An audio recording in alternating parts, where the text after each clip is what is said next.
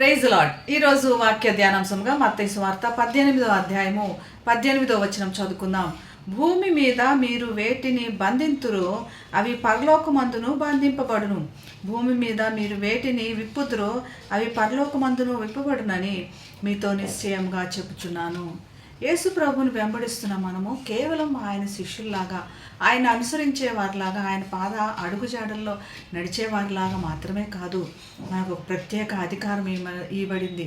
మనకి ఏదైతే జరగవలసినదో, దేవుని నీతి జరగవలసిందో అది జరిగించేటువంటి అధికారం ఇవ్వబడింది. మనం ఏమీ చేయటానికి వీల్లేనటువంటి పరిస్థితుల్లో చేతులు బంధించబడి ఉన్నటువంటి వారం కాదు, మనకి దైవ అధికారం ఇవ్వబడింది.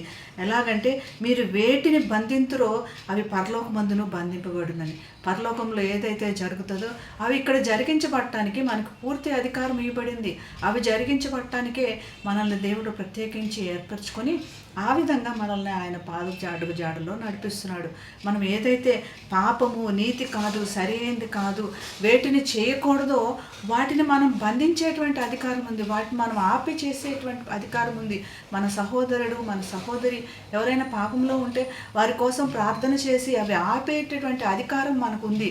దేవుడు అంత శక్తిని మనకి అనుగ్రహించాడు. అలానే విప్పేటువంటి అధికారం కూడా మనకి, భూమి మీద మీరు వేటిని విప్పుదురో అవి పరలోకమందును విప్పబడునని మీతో నిశ్చయంగా చెప్పుచున్నాను. మనం క్షమించి ఏది జరగాలో అది జరగనిచ్చేటువంటి విషయాల్లో కూడా దేవుడు మనకి ధైర్యాన్ని, శక్తిని ఇచ్చాడని ఈ వాక్యం తెలియపరచబడుతుంది.